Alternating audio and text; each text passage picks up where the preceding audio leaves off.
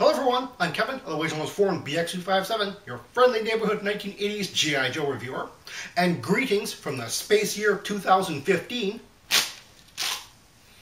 To kick off the new year, I will be listing my top 10 favorite vehicles and playsets from both G.I. Joe and Cobra, so really about top 5 from each side. Keep in mind these are not the absolute greatest or most iconic G.I. Joe toys ever made. This list is based purely on my personal taste and factors in nostalgia and how they fit into my individual collection. I'd love to see a video of others' top 10 vehicles and playsets, along with an explanation of what makes them your favorites. The even number will be Cobra and the odd G.I. Joe, so at number 10, the 1986 Cobra Night Raven with Stratoviper pilot. I really like large toy jets, and the G.I. Joe line had a lot of them, but if there was one toy which made me regret my decision to cut off my collection at the 1986 year, it was this toy. When I made my decision to start collecting 1986 and on G.I. Joe toys, the Night Raven went to the top of the list.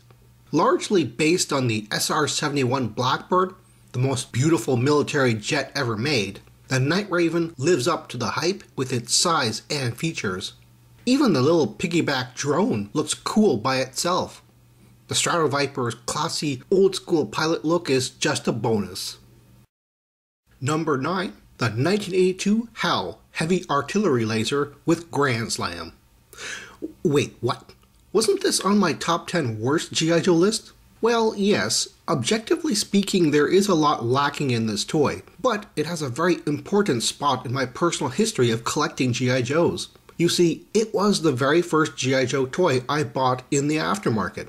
No, not in the 90s when I started collecting as an adult, but back in the 80s shortly after it was released. I bought it at a neighborhood garage sale, and it would be the only towed vehicle I had for over a decade.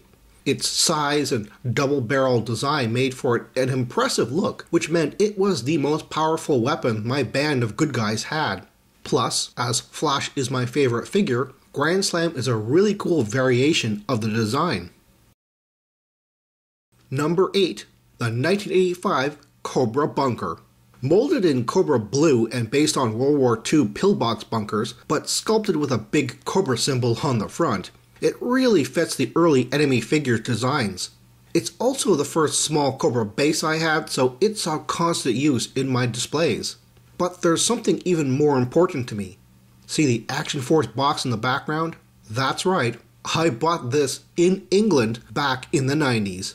This was the best souvenir I bought for myself ever. Number 7. The 1985 Transportable Tactical Battle Platform. Sadly, this was one of the last G.I. Joe toys I bought before completing my 1982 to 1985 collection, simply because it looked like a big boring square on legs. Even today, many collectors complain it looks like an oil rig platform.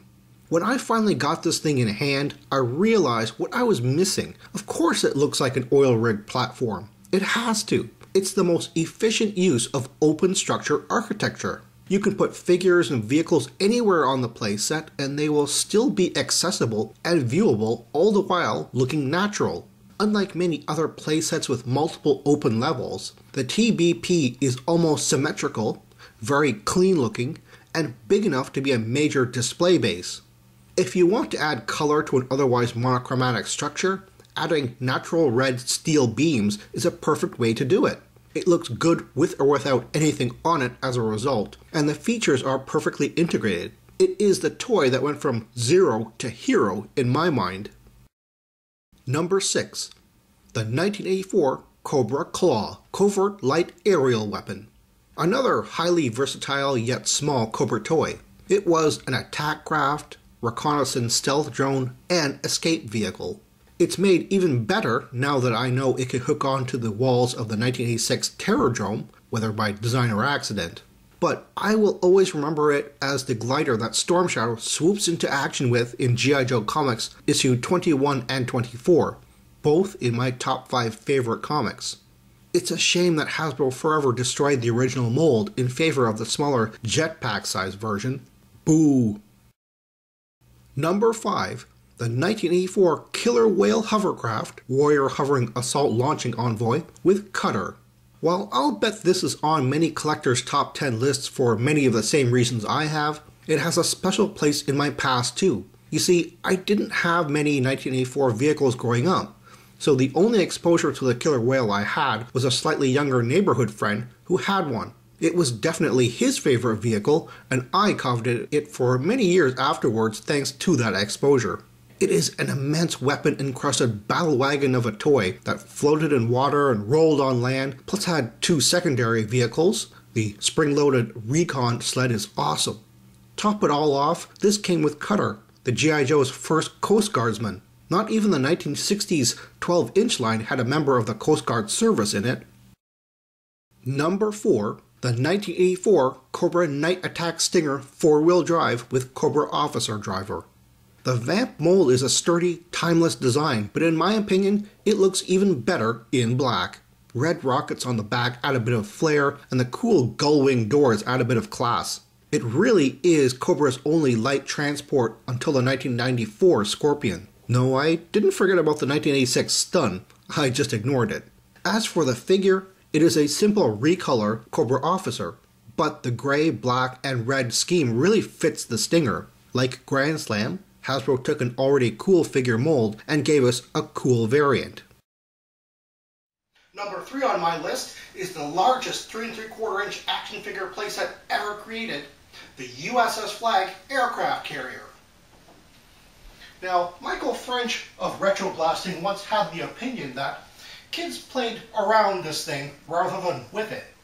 And while I don't entirely agree with that opinion, I can kind of see this as being more of a centerpiece to most people's collections, rather than something that people actively handle.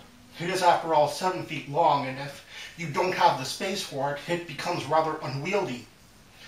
However, if you like Navy or Air Force military playsets, this is the best of both worlds. And if you're like me, and you like toy jets, this is the ultimate playset for them. But then, that's just my opinion. And I'd be an absolute liar if I didn't admit there is a certain pleasure to the bragging rights of owning one.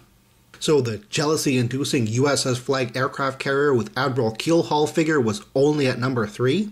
What could possibly top it? The number 2 toy on my list is the 1984 Consumers Distributing Canada exclusive Cobra motorized tank with Cobra Commander. Forgive me if this one is a bit obscure to non-Canadians. When I got this back in the 90s, it wasn't well known, and even when I did a review of it, many Canadian viewers still didn't know it existed prior. But, as I explained in my review, the Cobra motorized tank encapsulates why I collect vintage G.I. Joe. The now defunct Consumers Distributing was my favorite place for toys. It was a great walk-in catalog store that made even a kid feel welcome. On top of that, like the Cobra Stinger, I feel the all-black color scheme does more for the Mobat mold than the original G.I. Joe green. And finally, at number 1, we started with a great toy jet, so we're going to end with one too. The 1983 Sky Striker with Ace.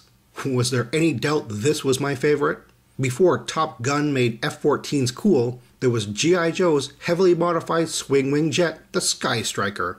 It's just big enough to give the impression of scale, yet was affordable enough that all my childhood friends had one. We did everything with these jets. Dogfights, crash landings thanks to those ejecting seats and parachutes, and even blasting off into space. Remember, this came out at the end of the Star Wars toy juggernaut when kids still had TIE fighters and other evil spaceships. The Sky Striker's included pilot, Ace, is dressed in what I can only assume is a trans-atmospheric flight suit, similar to a spacesuit, giving the impression that he could fly and fight in orbit. The 1985 cartoon episode The Wrong Stuff basically reinforced what kids were already doing with their jets.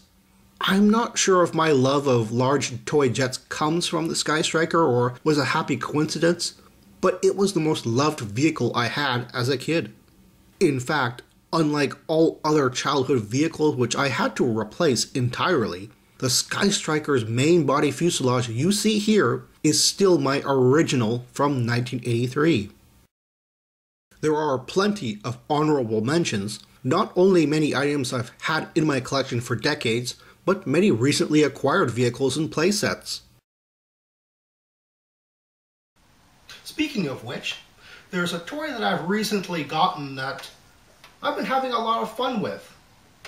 Might even bump one of the old favorites off the list.